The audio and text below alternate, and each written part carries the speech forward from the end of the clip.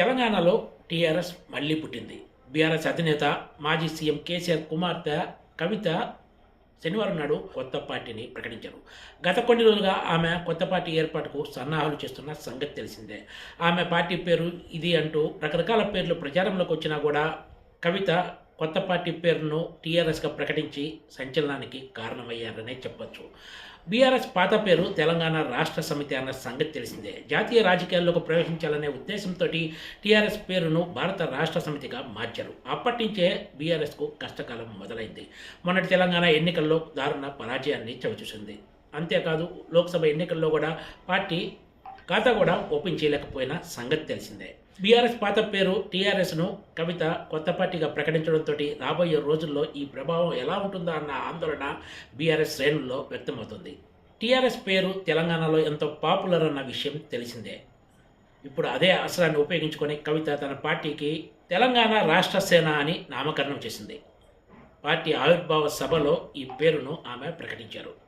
తెలంగాణ రాష్ట్ర సాధనలో భాగమైనందుకు సంతోషంగా ఉన్నానని, అదే సమయంలో బీఆర్ఎస్ పాలనలో భాగమైనందుకు కొన్ని విషయాల్లో సిగ్గుపడుతున్నానని, అందుకు క్షమాపణ చెప్తున్నా అంటూ కవిత సంచలన వ్యాఖ్యలు చేశారు. తెలంగాణ జాగృతి రాష్ట్రంలో ఒక కాంతి రేఖగా పనిచేసిందన్నారు. బీఆర్ఎస్ హయాంలో తెలంగాణ సమాజం ఒక దారుణమైన నిఘా నీడలో బతికిందన్నారు. బీఆర్ఎస్ ఆత్మను కోల్పోయిందంటూ కూడా కవిత వ్యాఖ్యానించారు. తెలంగాణ కలలన్నీ నిజం కాలేదని, తెలంగాణ సామాజిక రథచక్రం గాడి తప్పిందన్నారు. బిడ్డల కష్టం తల్లికే తెలుస్తుందని, తెలంగాణ ప్రజలను బిడ్డలుగా భావించే తాను ఇప్పుడు కొత్త పార్టీ పెట్టినట్లు చెప్పుకొచ్చారు.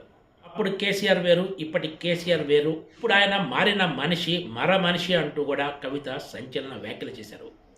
మాజీ ముఖ్యమంత్రి బీఆర్ఎస్ అధినేత కేసీఆర్పై కవిత ఇంత డైరెక్ట్ అటాక్ చేస్తారని ఎవరూ ఊహించలేదు. ఆమె మాజీ ముఖ్యమంత్రి కేసీఆర్పై సంచలన విమర్శలు గుప్పించడంతో ఒక్కసారిగా కలకలం మొదలైందనే చెప్పాలి. ప్రజల కష్టాల్లో ఉన్నప్పుడు ఎప్పుడూ ఆయన బయటికి రాలేదన్నారు. అందుకు పలు ఉదాహరణలతో సహా ఆమె పార్టీ ఆవిర్భావ సభలో చెప్పుకొచ్చారు. కేసీఆర్ మారిన మనిషి, ఆయన గుంటనక్కలు తోడేళ్ల చేతిలో చిక్కుకున్న మనిషి అంటూ కూడా కవిత వ్యాఖ్యానించారు. తెలంగాణ రాష్ట్రంలో ఏదో పీకి కట్టలు కట్టినట్టు బీఆర్ఎస్ అంటూ బీహార్, గుజరాత్, పంజాబ్ల్లో ప్రచారం చేశారంటూ కూడా ఆమె ఎద్దేవా చేశారు. బీఆర్ఎస్ వర్కింగ్ ప్రెసిడెంట్ మాజీ మంత్రి కేటీఆర్ని అయితే ఆమె చాలా లైట్ తీసుకున్నట్లే కనిపిస్తుంది. ఎందుకంటే కేటీఆర్ గురించి అయితే పెద్దగా ప్రస్తావించాల్సిన అవసరం లేదు. అన్నీ తెలిసిన కేసీఆర్ కూడా ఇలా చేయడం ఏమాత్రం సరికాదంటూ ఆమె వ్యాఖ్యానించారు. తెలంగాణ ముఖ్యమంత్రి రేవంత్ రెడ్డిపై కూడా ఆమె సంచలన వ్యాఖ్యలు చేశారు. కర్కోటకుడంటూ సీఎంను ఉద్దేశించి సంబోధించారు.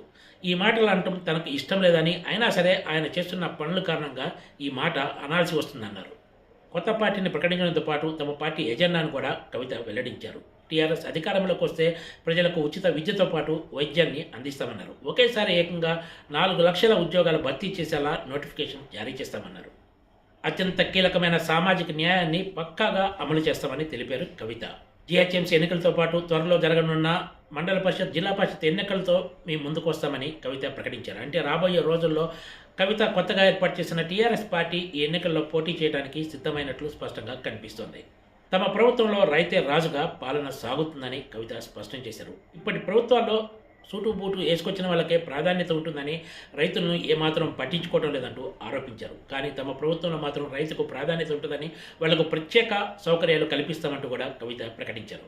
పార్టీ ఆవిర్భావ సభలో కవిత బీఆర్ఎస్ అధినేత మాజీ సీఎం కేసీఆర్పై డైరెక్ట్ అటాక్ చేయడం ఇప్పుడు చాలామందిని ఆశ్చర్యానికి గురి చేస్తుంది. కవిత వ్యాఖ్యలపై బీఆర్ఎస్ ఎలా స్పందిస్తుందో అన్న ఆసక్తి ఇప్పుడు అందరిలో నెలకొంది. Please subscribe TGTV.